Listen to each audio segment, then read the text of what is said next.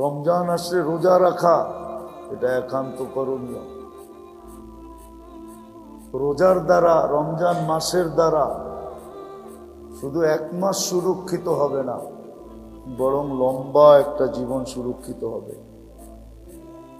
এক মাসের বিনিময়ে 70 মাস সুরক্ষিত হবে। একান্ত করণীয়। আল্লাহ জীবনে আল্লাহ পয়সা দিছেন তো হজ করা একান্ত করণীয়, এটাও জীবন সুরক্ষিত করা। কারণ হজ্জুল মকবুল লাইসা লাহু হজ্জুল মাবরুর লাইসা লাহু জাযা ইল্লাল জান্নাহ। কবুল হজ যদি হয়ে গেল,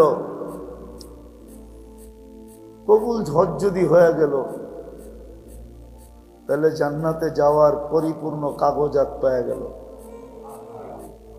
জান্নাত যে তার, এটার পুরা কাগজপত্র কমপ্লিট হয়ে গেল, অ্যালটমেন্ট কমপ্লিট।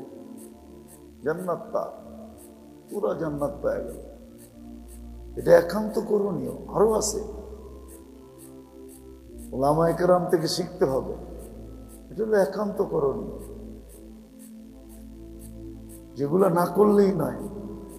আর কিছু আছে নফল, এগুলা করলে সুরক্ষিত হবে, না করলে হবে না। করলে তুমি পাবে।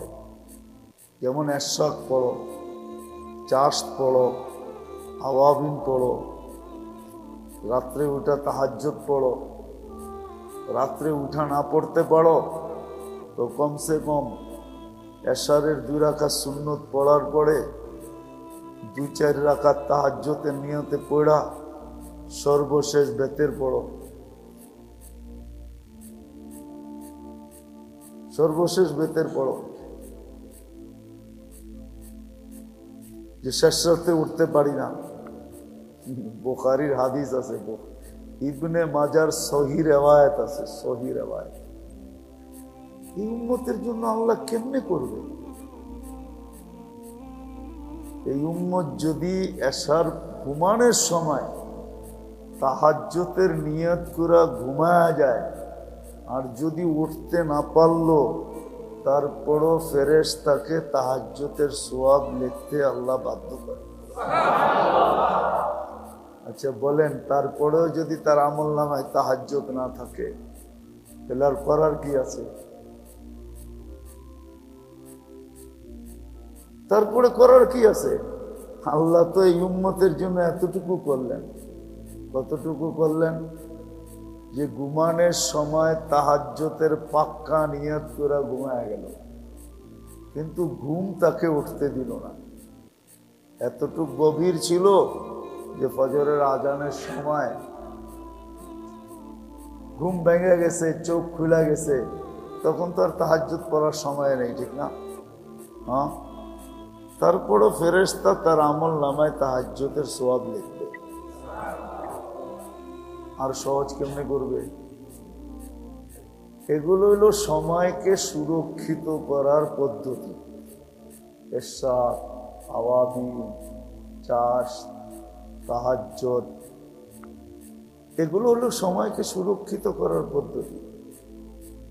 এরকম জিকির, সকাল বিকালের জিকিরও সময়কে সুরক্ষিত করার। সকালের যে জিকির আছে এটা করা, যেটা দোয়ায়ে মাসুরা বলে। সকালে কি কি পড়া, বেশি কিছু তো লাগে না। একটা মানুষ যদি ভাবে যে আমি ফজর নামাজ পড়া মাগরিবের আগ পর্যন্ত যদি মরি, তাহলে যেন শাহাদতের মউতটা আমার কাঁধে আসে, এটার জন্য সে একটা সিস্টেম করলেই চলে। অনেক সিস্টেম আছে, অনেক সিস্টেম আছে। যেমন আপনাকে আমি কয়েকটা দেখাই, একটা না। আল্লাহুম্মা আজিরনি মিনান নার, এটা একটা সিস্টেম। যদি 7 বার পড়ে, কয়বার? এটা একটা সিস্টেম। এটা না পড়লো আল্লাহুম্মা বারিক লি ফিল মাউতি ওয়া ফিমা বাদাল মাউত, এটা যদি 25 বার পড়লো, কয়বার?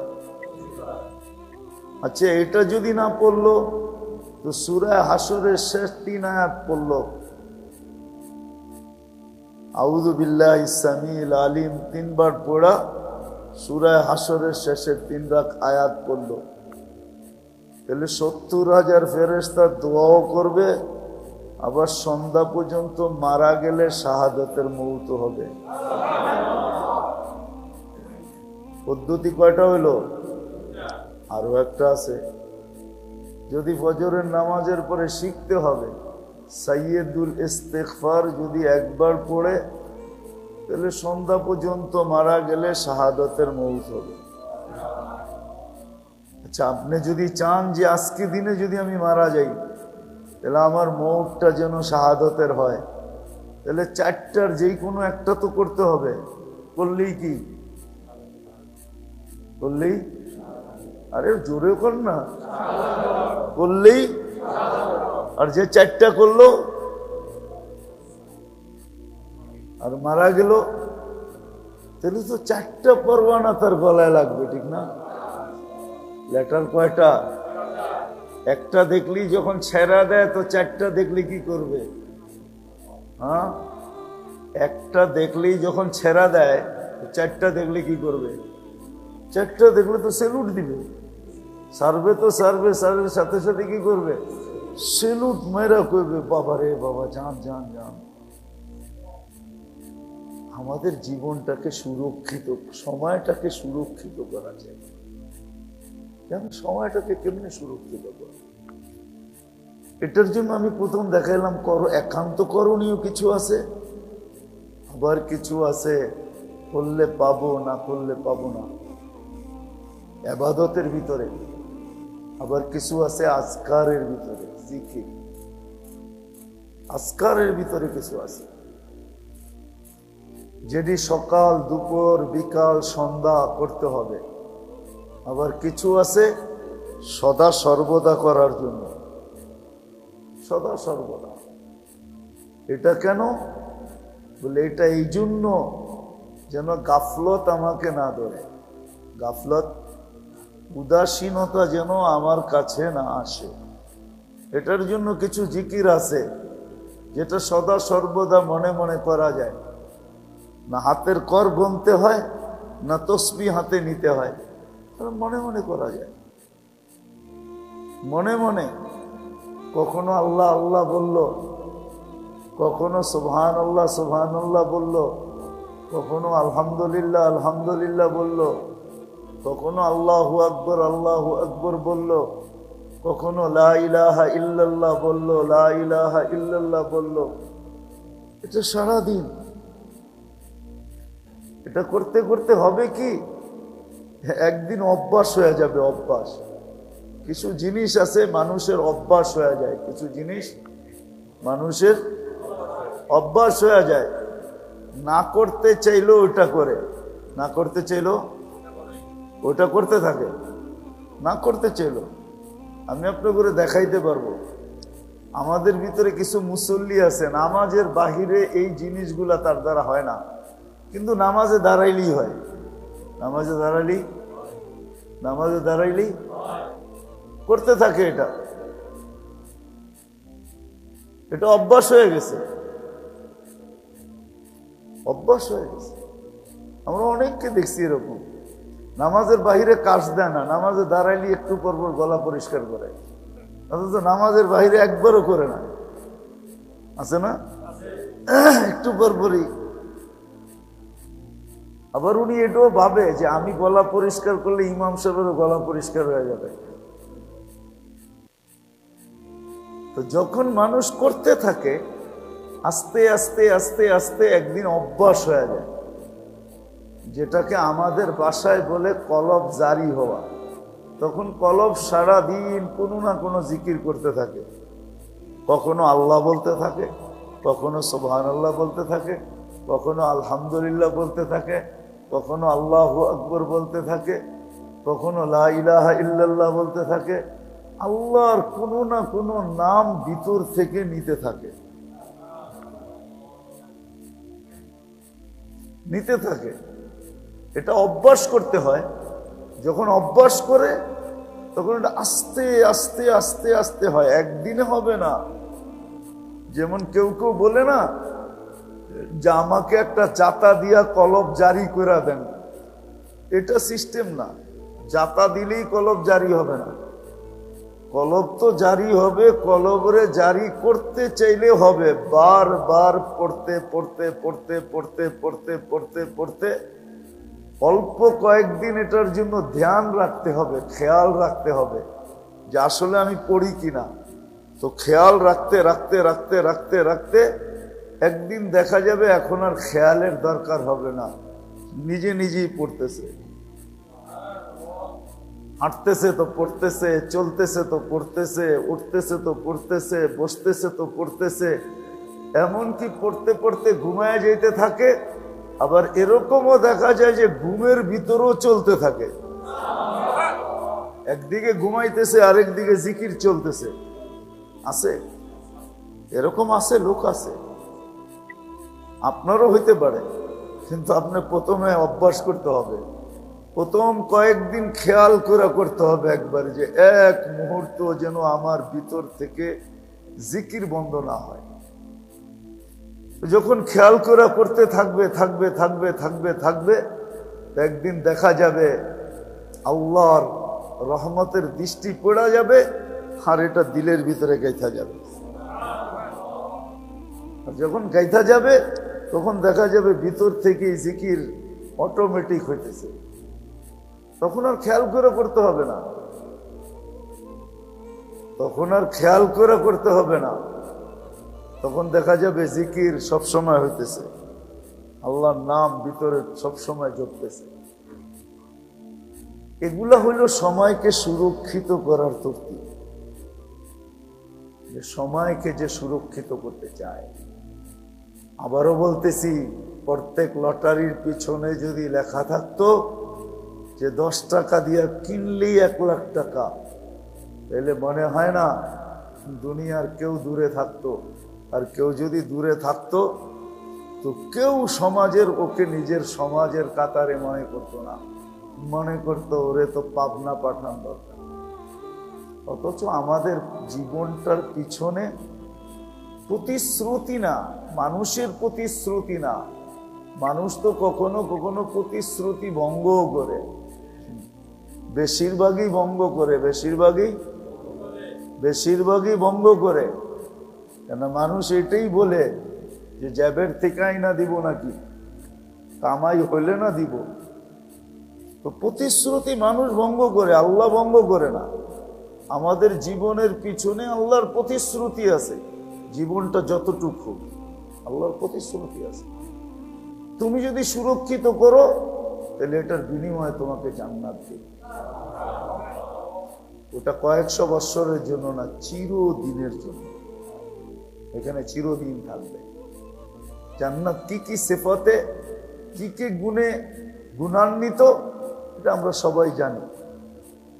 ওইখানে কি কি গুণে গুণান্বিত, যা চাবে তা পাবে, যেমন চাবে তেমন পাবে। মন চাহি জীবন হবে। জান্নাত সুখ শান্তির ঘর। আবার ছোটখাটো না, ছোটখাটো না যে ছোট একটা দিবে, পাও মেললাম তো হাত মেলতে পারলাম না, হাত মেললাম তো পাও মেলতে পারলাম না। কেননা ঢাকা শহরে 550 স্কোয়ার ফিটের ফ্ল্যাটও আছে। নাম কি এটা? ফ্ল্যাট। কয় স্কোয়ার ফিট? 550 স্কোয়ার ফিট, ঠিক না? কতটুকু হলো? 1 কাঠার থেকেও অনেক কম, ঠিক না? আল্লাহর জান্নাত এত ছোট না। আল্লাহর জান্নাত সবচেয়ে ছোট, এই দুনিয়ার থেকে 10 গুণ বড়।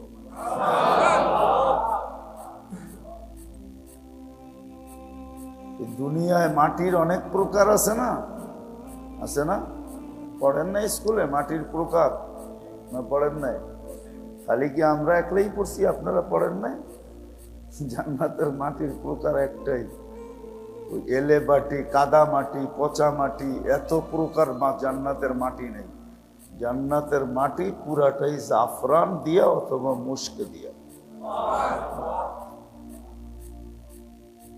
এই পচা মাটি দিয়া না, জান্নাতের বিল্ডিং এরকম, দুনিয়ার ইটের বিল্ডিং না, রূপার ইট হবে অথবা সোনার ইট হবে।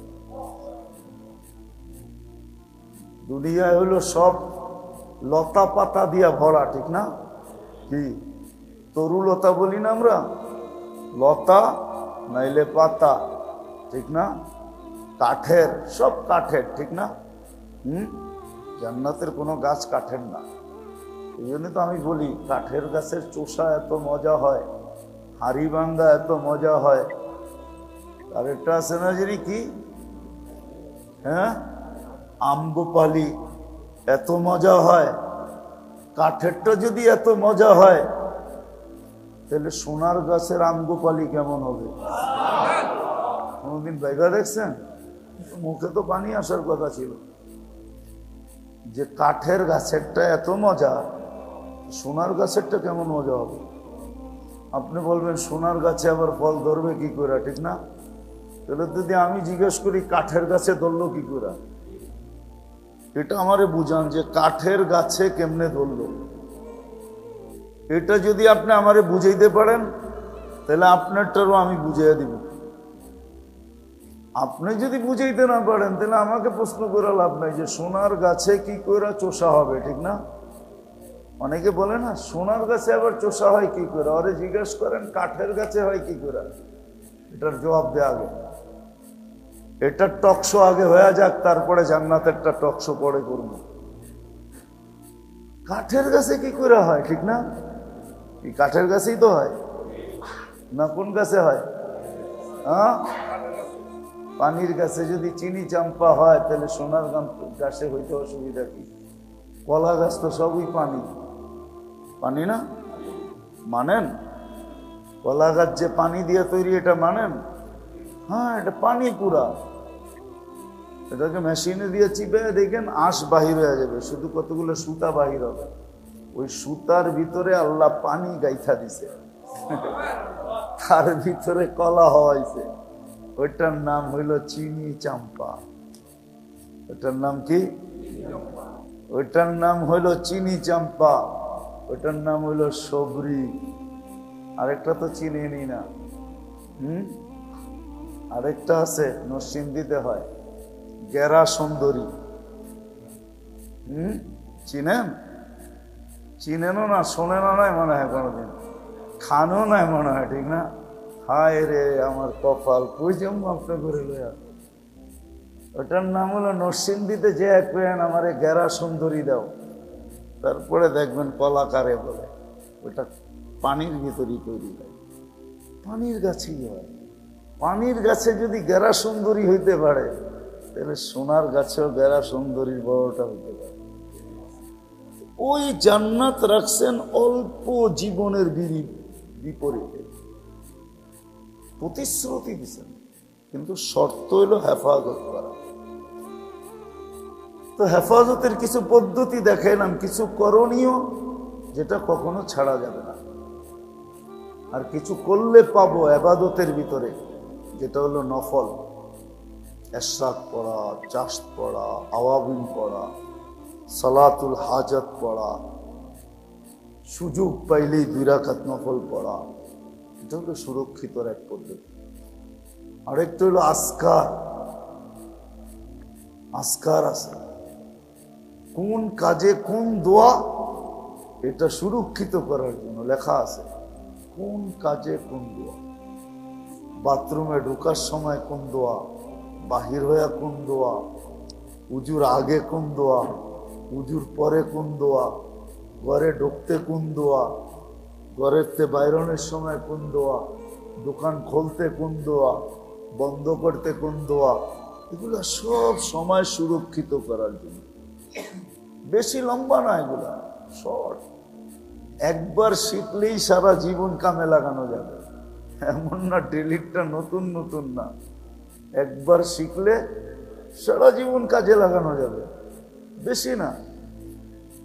খাওয়ার আগে কি দোয়া, খায়া কি দোয়া, খাওয়ার মধ্যখানে কি দোয়া, কাপড় পরার সময় এই দোয়া বেশি না, 24 ঘন্টার দোয়া অল্প, ইচ্ছা করলে শিখা যায়। এটিও জিকির, এটি দোয়া যেমন তেমন আবার কি জিকির তেমন। এটার ভিতরে দুই গুণ, এক তো হলো দোয়া আর এক হলো কি জিকির। এটা জিকিরও আবার দোয়াও, সময় সুরক্ষিত হবে। আর আরেকটা হলো তৃতীয়, সকাল সন্ধ্যায় কিছু মখসুস দোয়া আছে, ফজর পড়ো তো সন্ধ্যা পর্যন্ত তুমি সুরক্ষিত। যেমন দেখাইলাম, সকালে পড়লা তো সন্ধ্যা পর্যন্ত, যখনই সূর্য ডুবার আগে যদি মউত আসলো, তাহলে শাহাদাতের মালাটা নিয়ে আসতে হবে। মালাকুল মউতকে খালি হাতে আসলে চলবে না, খালি হাতে আসলে শাহাদাতের মালাটা নিয়ে আসতে হবে। আইনা পড়াবে, তারপরে বলবে শহীদ ভাই চলো এবার, ওই মালাটা নিয়ে আসতে হবে। আবার যখন মাগরিবের পরে পড়বে ফজর পর্যন্ত। এটা গেল তৃতীয়। চতুর্থ আরেকটা জিনিস আছে, যেটা একটু আগে বললাম, যে অভ্যাস করা, চলতে ফিরতে, উঠতে বসতে, খাইতে লইতে, সর্ব অবস্থায় আল্লাহর জিকির ভিতর থেকে করতে থাকা, জিকির করা। এই জন্যই হাদিস বলছে, করতে করতে যদি অভ্যস্ত হইতে পারো, তাহলে হাসতে হাসতে জান্নাতে যেতে পারো। করতে করতে অভ্যস্ত, তাহলে তুমি জান্নাতে যাবে, হাসতে হাসতে জান্নাতে যাবে। দুনিয়া তোমার হাসি দেখবে আর তুমি যেতে থাকবে। পঞ্চম আরেকটা জিনিস আছে যেটা খুব দরকার, সবগুলার জন্য এটা সবচেয়ে দরকার। যেমন মশলা যত দেন, যত ভালো পাবরছি হোক, ঢাকায় শব্দ বুঝেন? বলবো, ঢাকায়রা দেখেন না, বিরানি শিরানি পাকাইলে যদি মজা না হয় তো কয় লাগত কম দিছে। লাগত, লাগত বুঝেন? বুঝেন নাকি লাগত কি? ময় মশলা কম দিছে, ঠিক না? হ্যাঁ, ময় মশলা যত বাবরচি দুনিয়ার ভালোই আনেন না কেন, যদি লবণ না দিল কি সব বাদ, ঠিক না? বুঝে আইছে তো? এখন যেটা বলবো এটা এরকমই লবণের মতো। জীবনকে সুরক্ষিত করার জন্য সবচেয়ে বেশি দরকার এটা হলো অহেতুক কাজের থেকে ডেলি বেঁচে থাকা। অহেতুক অহেতুক কাজের থেকে বেঁচে থাকা, অহেতুক কাজের থেকে বেঁচে থাকা, অনর্থক কাজ যেটাকে অহেতুক বলে, লব্য থেকে, অহেতুক কাজের থেকে বেঁচে থাকা। অহেতুক কাজের থেকে বেঁচে থাকাও ইবাদত। কি এই উম্মতের জন্য ইবাদত? ইবাদত না শুধু ইবাদত না, নাম্বারওয়ালা ইবাদত, বড় বড় নাম্বার মিলবে অহেতুক কাজের থেকে বেঁচে।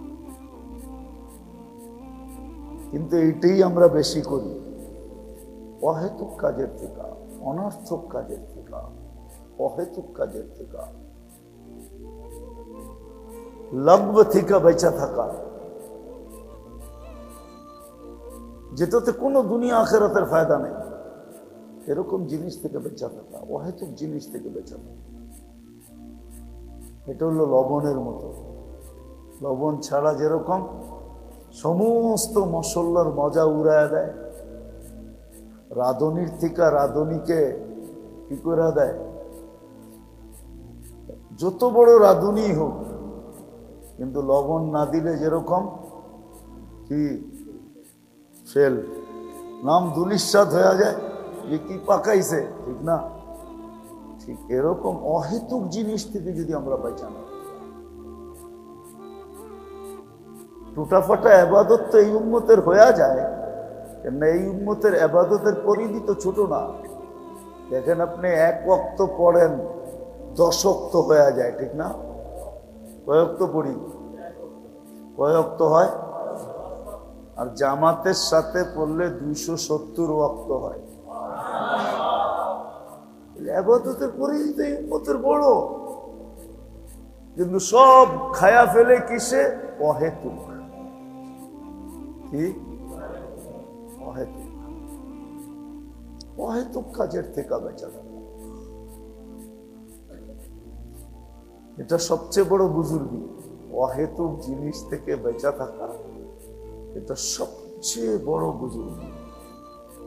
এই জমানায় ইবাদত বড় বুজুর্গি না। আমি আমাকে বলতেছি, আপনাদেরকে না। আমার মুখটা আমার কানের অনেক কাছে, আমার মুখটা আমার দিলেরও অনেক কাছে। আপনাদের জন্য বলতেছি না, আমার জন্য। এই যুগের সবচেয়ে বড় বুজুর্গি ইবাদতরা। এই যুগের সবচেয়ে বড় বুজুর্গি হলো অহেতুকের থেকে বেঁচে থাকা। খুব ইবাদত করা বড় জিনিস না। এই উম্মতের জন্য তো আল্লাহ ইবাদতের গাট্টি গাট্টি রেখে দিছে। এই যে এখন চলতেছে জিলহজ, হ্যাঁ, আজকে কিবার গেল? সোম, মঙ্গল, বুধ, 3 দিন আছে, ঠিক না? আজকে রাত্রে সহ 4 রাত আছে। কত? 4টা রাত্র আছে। 4 রাত্র ইবাদত করলেই তো 4 লাইলাতুল কদরের সওয়াব।